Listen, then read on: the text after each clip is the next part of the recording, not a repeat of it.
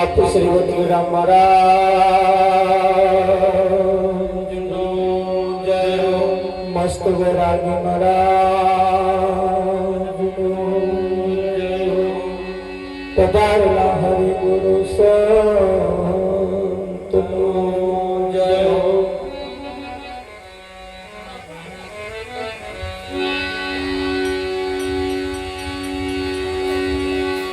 તો પ્રથમ નમો ગુરુદેવને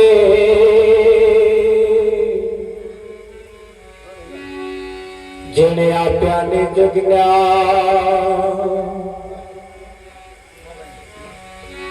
જ્ઞાને ગોવિંદ ઓળખ્યા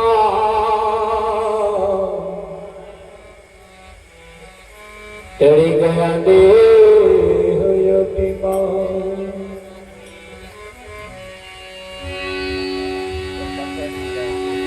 गुरुजी समा नहीं देवता गुरुजी समा नहीं को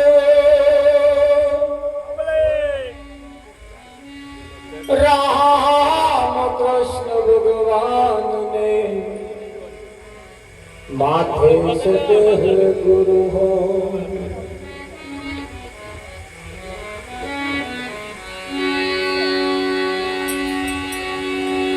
नाम विना कोई नव करे बहु सागर निमो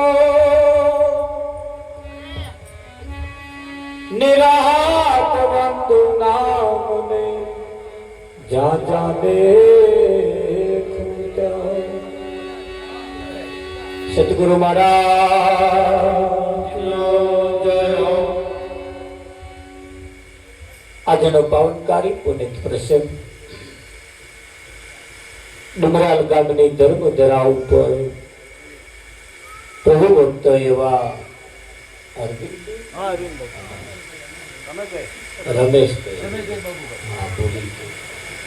રમેશભાઈ ના ઘરના ઓગળે આજનો આ કાર્યક્રમ આકાર લઈ રહ્યો.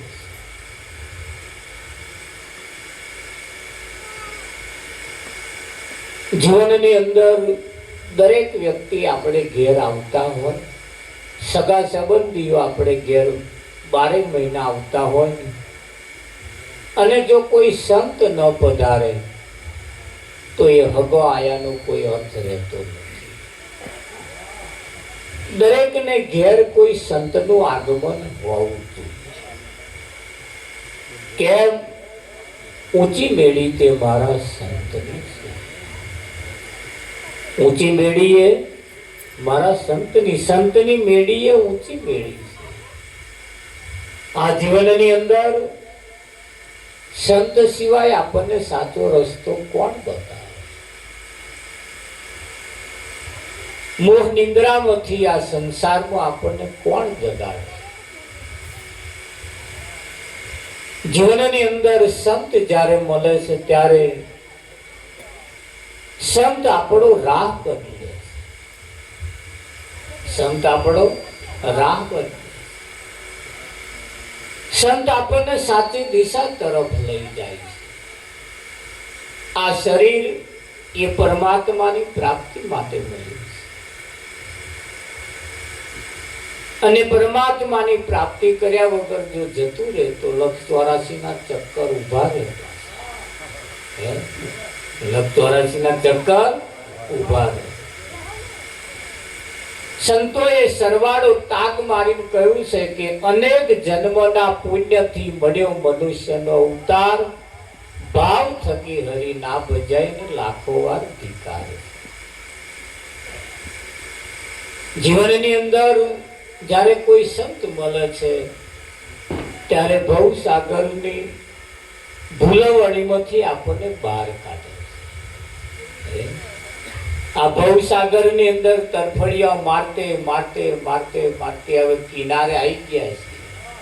તો આયા છીએ, કિનારે આવી ગયા છે.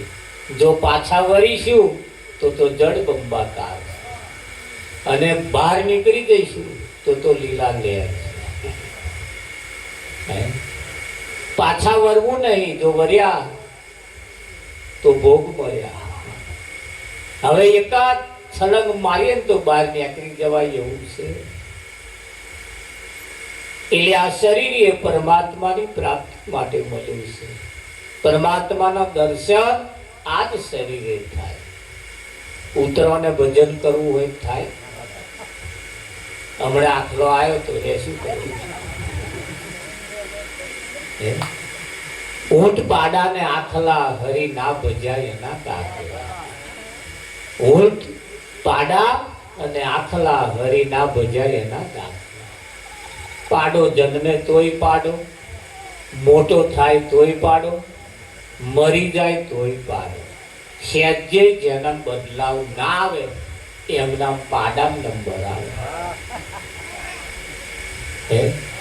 સમય પ્રમાણે જીવનની અંદર કંઈક બદલાવા જેવું લાગે તો આપણે બદલતું રહેવું પડતું હોય છે. આ જીવન એ તો પરિવર્તનશીલ છે ને એને અમુક સમય થાય એટલે અમુક બાબતોને રાહ આપણે બદલવો પડતો હોય છે. એકના એક પાહે હેડીએ તો આ જીવનનું કલ્યાણ થાય એવું નથી. સંત જ્યારે મળે ત્યારે આપણને સાચો રાહ બતાવે ને રાસ્તે જો ચાલવામાં આવે તો વહેલો નિવેડો આવે એવું છે, બાકી નહીં આવે. પણ એવું કહેવાય છે કે ભાઈ એક ગામની અંદર એક ચોર ચોરી કરવા માટે જાય છે. ચોરી કરવા માટે જાય છે ને ચોરી કરવા માટે ગામે ગામ ફરે છે. પણ મેર આવતો નહીં. જો હોય તો બધા ઉનાળાની ગરમી જાગતા હોય. કઈક જગ્યાએ લાઈટ ગઈ હોય, કઈક જગ્યાએ પંખા ના હોય, કઈક જગ્યાએ બહુ ગરમી લાગતી એટલે જાગતા હોય. એટલે ચોરી કરવાનો મેર ના આવ્યો. એવું કહેવાય છે સવારમાં એક ઘોડું છોડી લાવ્યો. કોક ઘોડો છોડી લાવ્યો. ઘોડાને ઘરે લાવીને નવડાવીને સાફ સૂફ કરીને ફર્સ્ટ ક્લાસ માલિશ કરીને મંગળવારી વેચવા માટે ગયો. જો મંગળવારી ભરાય તો પશુઓની વેચાણ થાય, પશુઓની હેરફેર થાય એવી જગ્યાએ ઘોડો વેચવા ગયો. પણ ઘોડો લેવા માટે કોઈ આવ્યો નહીં. આવો બેઠે બેઠે બેઠે બેઠે હોજના 5 વાગ્યાનો સુમાર થયો. છેલ્લે એક ભાઈ આયા અને આઈને કહ્યું કે આ ઘોડો હાલવાનો છે. કે હાલવાનું બેઠો. બોલો કિંમત. કે 10,000 રૂપિયા માલવાનું. 10 નહીં 11,000 રૂપિયા આલો. આપણે ભાવ ઓછો નહીં કરવો, ભાવ વધારે આલવો છે.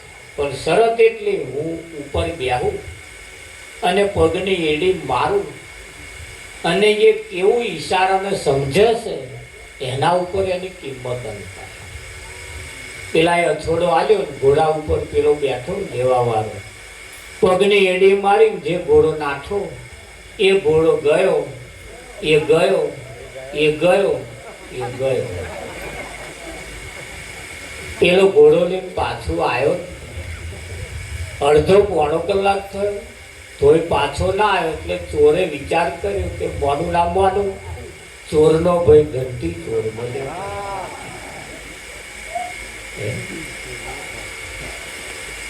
એટલે ઢીલું મોડું કરીને પછી ગામ બાજુ પાછો વળ્યો. પોતાના ગામની ભાગોળમાં બેઠો. એટલે બોકડે 8-10 જણા બેઠા હતા. એમણે પૂછ્યું કે આવો ઘોડો વેચવા ગયો તો કેટલા વેચો? લાવ પૂછો ખરા.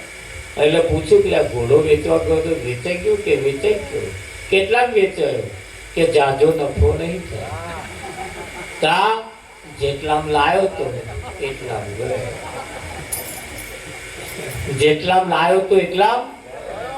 ધોન રાખજો આપણે આવું ના થાય. આ તનરૂપી ઘોડો જેટલામ લાયા તા એટલામ ને એટલામ પાછો ના જતો. એની ખાસ તકેદારી રાખવા જોઈએ. કોનાથી કંઈક કમાવા જેવું છે, કંઈક મેળવવા જેવું છે, કંઈક પ્રાપ્ત કરવા જેવું છે. બીજું બધું બીજા શરીરે કમાવાશે પણ આ શરીરે જે કમાવા જેવું છે પાપ ને પુણ્ય ના બે માર્ગ છે. જે ભાવે તે ચાલો, અંતરયામી નું નથી અજાણ્યું. મન ભાવે ત્યો માનો. તમે ગમે તો ફરો, એની નજર તમારા ઉપર છે.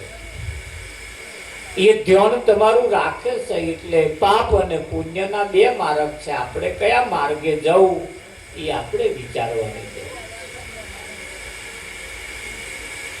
પાપ અને પુણ્યના જેમ બે માર્ગ છે, એમ પાપનો માર્ગ જે છે નરક તરફ જાય છે અને પુણ્યનો માર્ગ જે છે સ્વર્ગ તરફ જાય છે. દરેક બાબતની અંદર સાચું અને ખોટું તો છે ને છે. આપણે કયું માર્ગ પકડવો, આપણે કયા રસ્તે ચાલવું, એટલે સંતોએ આપણને કહ્યું છે, હરિયારે જીવનમાં એ જાગતો જા, ગુરુજીના ગુણના ગાતો જા. હરે જીવનમાં જાગતો જા, ગુરુજીના ગુણના ગાતો જા.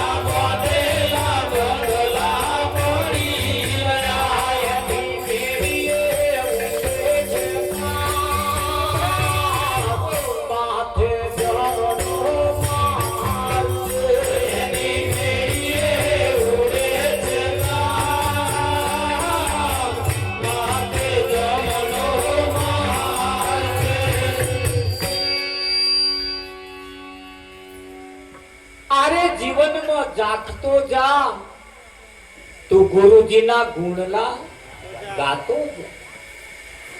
કઈ જાગવાનું કહ્યું છે? જીવનમાં, ઘરમાં જાગવાનું નહીં કહ્યું, ભલે ફરિયામ જાગવાનું નહીં કહ્યું, ખરું જાગવાનું જીવનમાં કહ્યું છે. તો યાદ રાખજો, કયું કશુંક ને સમજા કશુંક, આંખનું કાજલ ગાલે કશુંક. સંતો કહેવા શું માંગે અને લોકો સમજે છે. ભજન તો આપણે બધો બહુ સાંભળીએ છીએ, ગઈએ છીએ, સાંભળીએ છીએ, ભજનમાં આવીએ છીએ, જઈએ છીએ, પણ એ શબ્દો કહેવા શું માંગે?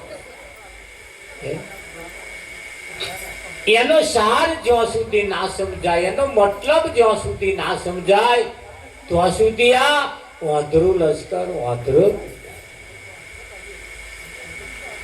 એક ભાઈએ એમના ઘરવાળાને કહ્યું, એમની પત્નીને કહ્યું કે સાંભળો શું કે બોલો, હું બહારથી જે કઈક વસ્તુ લાવું એને ધોઈને વાપરવા, તું ધોયા વગર વાપરો કે એવું છે? તાકે બટાકા લાવે ધોઈ કાઢે, ડુંગળી લાવે ધોઈ કાઢે, ચોખા લાવે ધોઈ કાઢે, દાળ લાવે બધું ધોઈ ધોઈને વાપરે. 15 દાડાનો વણ વીતી ગયો, હવે એક દાડો મોરસ લાયા. શું લાયા? તે પેલા અમને ધોઈ નાખ, મોરસ ધોઈ નાખ. એ મોરસ ધોઈ પછી બહાર નીકળી નહીં, માં તો મોરસ ગાયબ થઈ ગયું. જઈને એમના ઘરવાળાને કહ્યું, વાપરો છો કે વાહ, આ મોરસ મેં ધોઈ તે પાછી નીકળી જ નહીં. પેલાએ કહ્યું, ભૂલી મોરસ ધોય? કારણ કે તમને કા કહેતા જે લાવું એ ધોઈને વાપરવાનું, પણ તો વિચાર કરવો તો મોરસ ધોવાય. એમણે મોરસ ધોઈતા, એમણે પેલા ધોયા. વાપર્યું ખરું પણ વિચાર્યું. સાંભળ્યું તો ખરું, પણ વિચાર્યું નહીં કે આ વસ્તુ ધોવાય કે ના ધોવાય. આ જગતની અંદર કેટલાય ને આવું થયું છે. સંતો કહેવા શું માંગે અને એ લોકો સમજે છે. એનો સિદ્ધાંત, એનો સાર જો સમજવામાં આવે ને તો આ જીવ હાલ એનું કલ્યાણ થઈ જાય એવું. બધા સુખી થવા મહેનત તો કરે જ.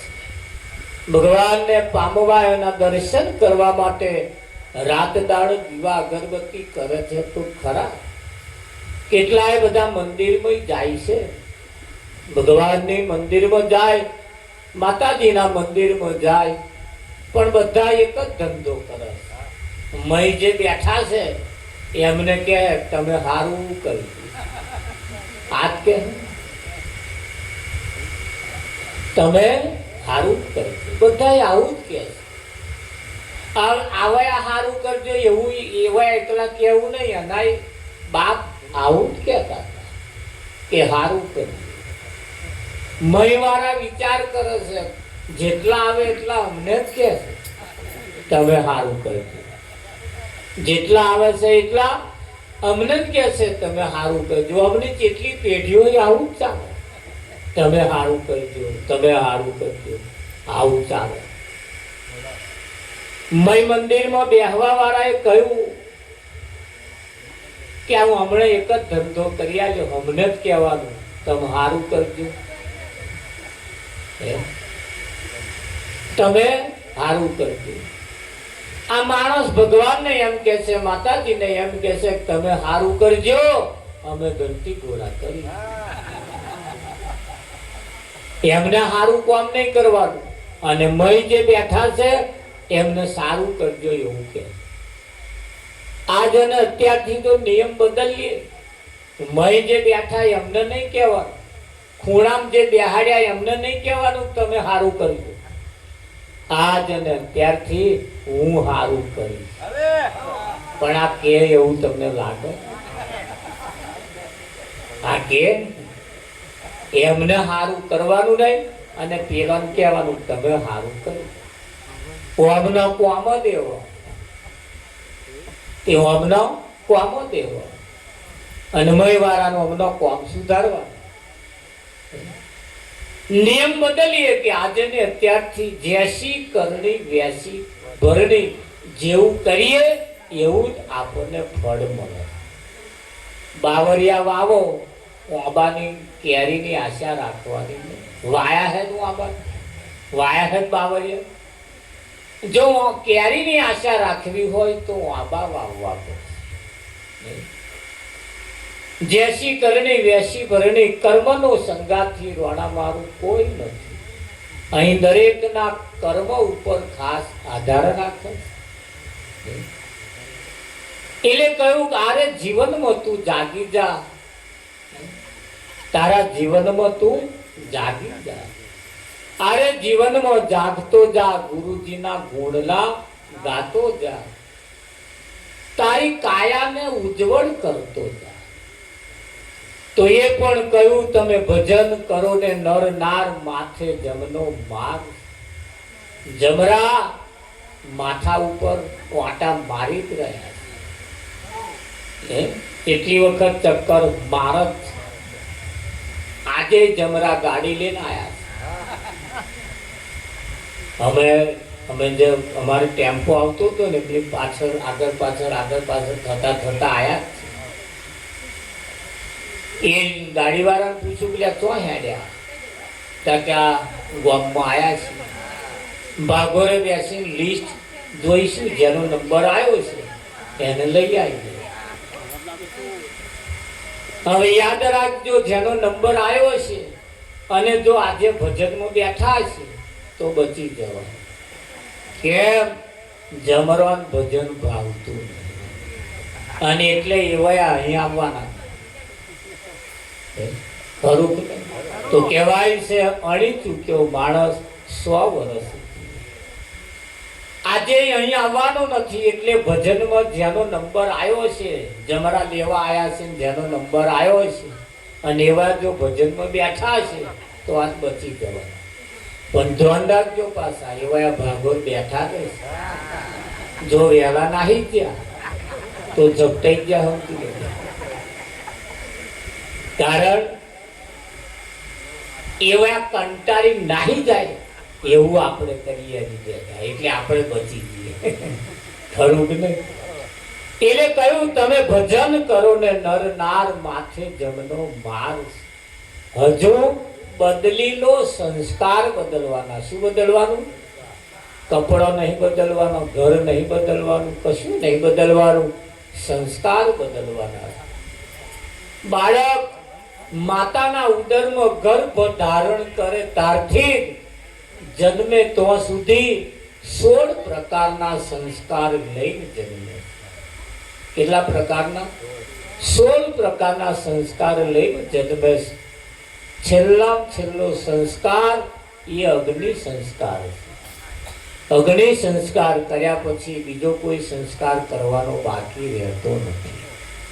તો સંતોનું કેવું એમ છે, સંસ્કાર બદલીએ. શું બદલવાના?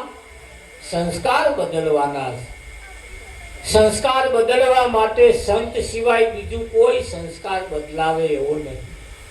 જો જાહો જલાલી રાજા રાવણ ફરી ગઢ લંકામાં સાવરણી, વારી ધૂળીને લઈ ગયો કાળ, માથે જમનો માર.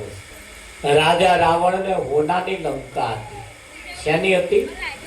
સોનાની લંકા હતી. એના લંકાની અંદર ફરિયામાં નાખેલા જે પથરા હતા, બ્લોક હતા, એ હોનાના હતા. ઘરની બારીઓ હોનાની હતી. રસ્તા, મહેલ બધા હોનાના હતા. એટલું બધું હોનું લંકામાં પથરેલું હતું જેની કોઈ હદ નહીં, સીમા નહીં. આખી લંકા હોનાની હતી. આખી લંકા હોનાની હતી. અને તો સારું થયું કે રામ વાનર સેના લઈને ગયો. જો આ મોણવન લઈને ગયો હોત ને તો રાવણની સેના અમે લડત નહીં, હોનું ઉજેડી ઉજેડી ઠેલામ પર જ મારે. પણ આ વાનર ને હોનાની પડી નથી. અને આ મોણ એટલે ના લઈ ગયો. આ ઘણા ખરા કે રામ કીધું કે બધા વાનર સેનાને જ લઈને ગયો હતો. પણ વાનર સેનાને એટલે લઈ ગયો હતો આખી લંકા હોનાની. એક મંદિરમાં ખાલી મુંગટ, ખાલી ભગવાનનો માતાજીનો હોનાનો મેજો હોય તો દરરોજ ઘણા વાટામાં તક અને માળકો જુએ એકલો પડે એટલે લઈને ના હોય. તો આખી લંકા હોનાની હતી. કેવું થાય? અને ભગવાન રામચંદ્ર ગોંડા નહીં, હોશિયાર હતા. એટલે વાનર સેનાને લઈને ગયા. કઈ સેના? વાનર સેના. એટલે પેલા પૂંછડા વાળા નહીં પાસ, વાહ નર એટલે સારા નર લઈને ગયો હતો. હા, વ્યસન વાળા નતો લઈ ગયો, લોભી લૂંટારા નતો લઈ ગયો. વાહનર એટલે સારા સારા નરને વ્યાણી લઈ ગયા. એટલે વાનર સેના રાવણની સેના સામે લડવા રહી અને લડી મારી જોડી રાવણને હરાઈ સીતાને લઈને અયોધ્યામાં પાછા આવ્યા. આયા ના? સીતા નામ શાંતિ છે, સીતા નામ ભક્તિ છે. જેને શાંતિ વળી છે, રાવણના સકંજામાંથી જેને શાંતિને છોડાઈ છે, એ બધા રામ છે. એ બધા રામ છે. કંઈકની ભક્તિ રાવણને ઘેર ગુલામી કરે. કંઈકની શાંતિ અભિમાનીઓને તો રાજા રાવણ જેવાને તો ગુલામ થઈને બેઠી. એ ભક્તિને, શાંતિને આપણે છોડાવી, એના અભિમાનીના હાથમાંથી છોડાવી લાવવી, એ આપણી બાજી આપણા હાથમાં. મોહ માયાની અંદર રહેવામ અસલ ભક્તિ જે હતી એ મારી ગઈ અને નકલ ભક્તિ આવી ગઈ. કઈ આવી છે? હા, અસલ ભક્તિ હતી એ રહી ગઈ અને નકલ ભક્તિ આવી છે. હા, અને નકલ ભક્તિથી સાવચેત રહેવાની જરૂર છે. હોશિયાર રહેવાની જરૂર છે. બજારમાં હા બે પ્રકારની ભક્તિ ચાલે છે, અસલે ચાલે છે અને નકલી ચાલે છે. લોકો વાતો કરે અસલ સાચી ભક્તિ કરે ભગવાન મળે ત્યાં જૂઠી કરતા હશે, ત્યાં જૂઠી કરતા હશે ને. તો એ જૂઠી કઈ અને સાચી કઈ એ થોડી જોડવા જેવી ખરી, એ જોડવા જેવી ખરી. આપણે છેતરાયા છીએ, આપણે છેતરાયા છીએ. લોકોએ સાચી ભક્તિ લઈ ગયા અને જૂઠી ભક્તિ આપણને ભટકાવી. જો કશું નહીં તો આગળ જેમણે માનવાનું ચાલુ કર્યું છે આ એક નંબરની જૂઠી ભક્તિ. સાચી ભક્તિ તો એને કહી છે હું કોણ છું, ક્યાંથી આવ્યો છું, ક્યાં જવાનો છું, એ જાણ્યા પછી જે ભક્તિ કરે છે એ એક સાચી ભક્તિ છે. કેમ? ભગવાન મોરમુંગટ વાળા છે, મોરપીંછ વાળા છે, પીરા પીતંબર વાળા છે, મુખ પર મોરલી વાળા છે, એવા છે. એને પેલા ઓળખવા અને પછી ભક્તિ કરવી. આ તો ઓળખ્યા વગર લોકોએ માની છે અને હમણે ચાલુ કરી. ઘણા ખરા કે મારા શું કરીએ, અમારા આગળ વાળા કરતા હતા એટલે અમે કહીએ છીએ. પણ એવું નહીં, પહેલા આપણે ઓળખી લેવાની જરૂર છે. પહેલા આપણે જાણી લેવાનું અને પછી ભક્તિ કરવાની.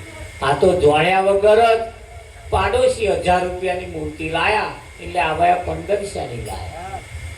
એમાં ભક્તિમાં ક્યારેય બરકત આવતી નથી. હજુ તો ઓળખતા જ નહીં આવે. ગીતામાં ભગવાને કહ્યું છે, હે અર્જુન, મને જે જાણે છે એને હું જાણું છું. મને જે ઓળખતા જ નહીં એવા ગમે તેટલા દીવા અગરબત્તી કરે, હું શું કરવા ઓળખું? મને જે જાણે છે એને હું જાણું છું. આ ગામની ભાગોરમાં હું એકલો બેઠો હોય, મન કોણ બોલાવે? મન જે ઓળખતા હોય એ જ બોલાવે, બીજા કોઈ બોલાવે ડોલું? બીજા તો એવું પૂછે કઈથી આયા છે, કોનું કોમ છે, આવું પૂછે. એટલે મારે જેમનું નામ હોય એમનું દેવું પડે. તારે એવા કે ફલાણી જગ્યાએ છે જાઓ, પણ એવા તો એમ ના જ કે હેડો માર્કેટ ચાપી એ તો કોણ કે જે મને ઓળખે છે એ આવું ના પૂછે કઈથી આયા, કોણ તો આયા, એવું ના પૂછે. ઓળખે એ તો કોડું ઝાલીને સીધા એમને ઘેર લઈ ગયા. હે અર્જુન, મને જે જાણે છે એને હું જાણું, મને જે જાણતા નહીં એને હું શી રીતે ઓળખું? એટલે અહીંયા આગળ કહ્યું કે જુઓ જાહો જલાલી રાજા રાવણની, ફરી ગઢ લંકામાં સાવરણી, વારી ઝૂલીને લઈ ગયો કાળ. પેલા રાવણની લંકા હોનાની હોય કે ના હોય, આપણી આ 5 તત્વની કાયા, આ 5 તત્વની આપણી આ કાયા એ આપણી લંકા. અને એક એક શેરીઓ, આ એક એક શેરીઓ એ હોનાની ખરી કે નહીં? હા, એક એક ગલી તમે જુઓ, એક એક ગલી, એક એક ગલી, એક એક રસ્તો, એક એક દરવાજો હોના જેવો છે. આપણા માટે આ લંકા હોનાની છે. પેલાની તો કદાચ હોય કે ના હોય, આપણે તો જોવા ગયા, આ લોકોએ કહ્યું એવું આપણે હોતું, પણ આપણા માટે તો આ લંકા હોનાની. એક વાંક કદાચ કોક કાઢી લે તો કેવું થાય? એક કોન કદાચ કોક કાઢી લે તો કેવું થાય? હારું તારે એક વાંક બજારમાં જઈને વેચ્યા કેટલા પૈસા આવે? આ શરીરની એટલી બધી કિંમત છે, એ જેટલી કિંમત છે ને, આખી જિંદગી હાથ પેઢી સુધી વૈતરું કરે ને તોય જેટલું નાણું ના કમાઈ શકે ને એના કરતા અનેક ગણી કિંમત આ શરીરની. એનો એક એક દાગીનો એટલો બધો કિંમતી છે. હા, વાંક તમે ના આપી શકો તો એક વાંક બજારમાં વેચાતી તો લઈ આવો, તેવું થાય છે ખરું કે? આ શરીરનો એકાદ અંગ તમે ડોક્ટરની પાસે દવાખાનો વેચાતો લઈ આવો, કેટલી કિંમત એની થાય છે. અમૂલક કિંમત વાળું સાધન આ તમને મને મળ્યું છે. આપણે ભગવાને આપણને કોઈને ગરીબ રાખ્યા નથી, અઢળક સંપત્તિના માલિક બનાયા, પણ આપણે જેને ઓળખવા જેવા છે એને ઓળખતા નહીં અને ઓળખ્યા વગર ભક્તિ ચાલુ કરે. એટલે સંતોનું કહેવું એમ છે કે પહેલા એને ઓળખી લો એ છે કે એટલે કહ્યું એ તમે ભજન કરો